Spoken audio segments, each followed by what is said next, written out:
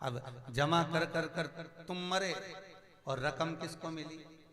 अरे बोलो जम के, जो बच्चे थे, बड़े थे, जो भी कोई होगा, रकम उसको। फिर तुम्हें क्या मिला?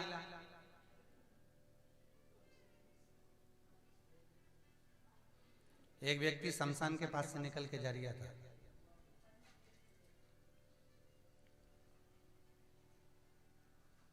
शमशान के पास से व्यक्ति निकल के जा रहा था। अब उसने सोचा शमशान के पास से जा रहे हैं, चलो थोड़ी देर मिलते हुए चले जाए। अंदर गए तो एक मुर्दा जल रहा था। मुर्दा जलता देखा, उस व्यक्ति ने मुर्दे को प्रणाम किया, ओम शांति ओम शांति ओम। भगवान इस जीवात्मा को शांति प्रदान करे, सुख दे, अपने चरणारविंद का रस दे। जाते जाते उसने पूछ लिया, आराम से सो रहे हो?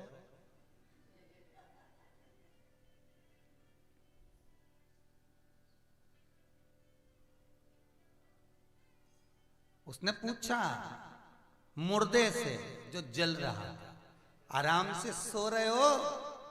जलते हुए मुर्दे में से आवाज आई,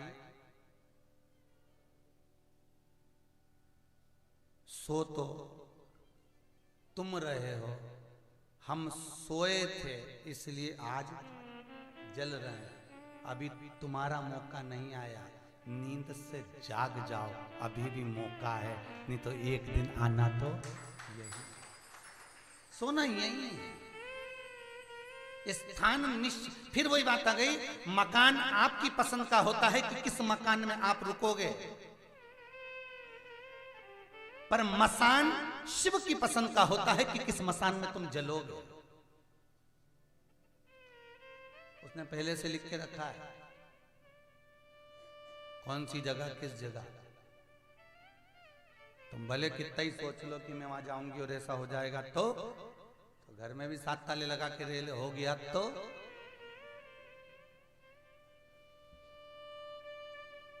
भरोसा क्या है महाराज? कोई जीवन का भरोसा नहीं, पर सत्कर्म करिए। कोई कहता है गुरुजी हम बड़े रोग से ग्रस्त हैं, हमारे को बहुत तकलीफ है, शरीर का कष्ट, और फिर कहूंगा प्रथम सुख निरोगी काया। शंकर से कभी धन मत मांगो, उससे एक ही बात कहना, मेरी काया अच्छी रखना। काया अच्छी रहेगी तो माया अपने आप आएगी। मालूम पड़े काया बेकार हो गई तो 10 रुपए भी कमाओगे, उसमें से 9 रुपए डॉक्टर को दिया तो 1 रुपए भी बचा है तो किस काम का? दवाई लेके खा गया, क्या मतलब हुआ? शंकर से कहो स्वस्थ, मेरा रोग दूर करो। और आपसे निवेदन है, 12 महीने में 1 महीने में 1 दिन, हर 12 महीने में शिवरात्रि आती है, हर महीने शिवरात्रि आती है। 12 महीने की कोई भी एक शिवरात्रि पर आपके नगर में, आपके मोहल्ले में, आपके क्षेत्र में कहीं यज्ञ हुआ हो, और यज्ञ की पूर्ण आहुति में एक गोला, खोपरे का, नारियल का एक गोला, गोटा, उसको लोग मोली से लपेटकर उसमें घी शक्कर भरकर पूर्ण आहुति में, पूर्ण मिदम में उसको समर्पित करते हैं। एक गोला पूर्ण आहुति में, पूर्ण मिदम में।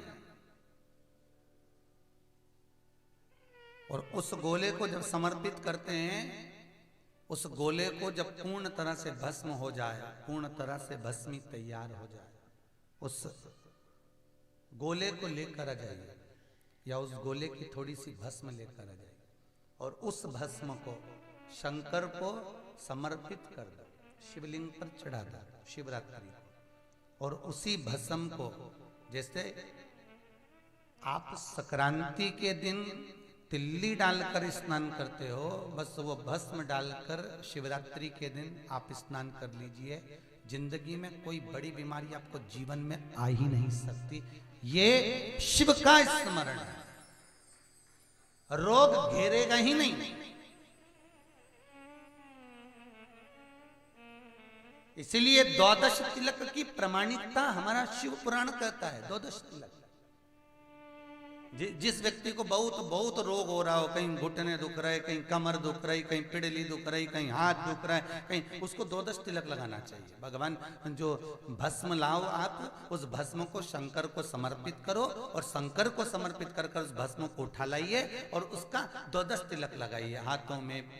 2-10 तिलक का जो भाव है, कर्ण में, गले में, वक्षस्थल पर आदि का जो भाग वर्णित किया, 2-10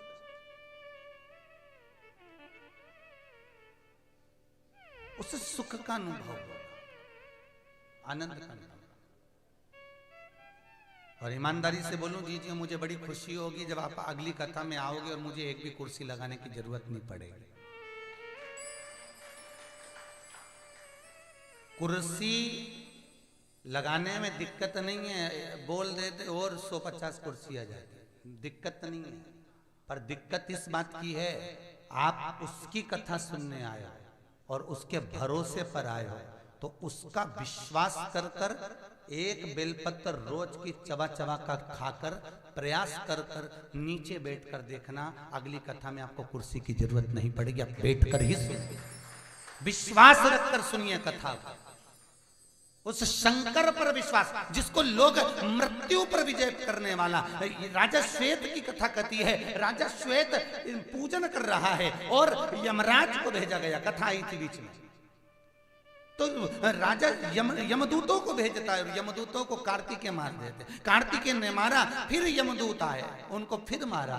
अब की बार यमराज ने कहा यमदूतों को, राजा श्वेत को मरने में कुछ क्षण बचा है, जाओ उसको पकड़ो और लेकर आ जाओ। तो यमदूत कहते हम तो नहीं जाए दादा, वो पछिट पछिट के मारते, यमदूत नहीं जाते। तब यमदूत ने, उसी समय यमराज कहता है मृत्यु देवी तू जा।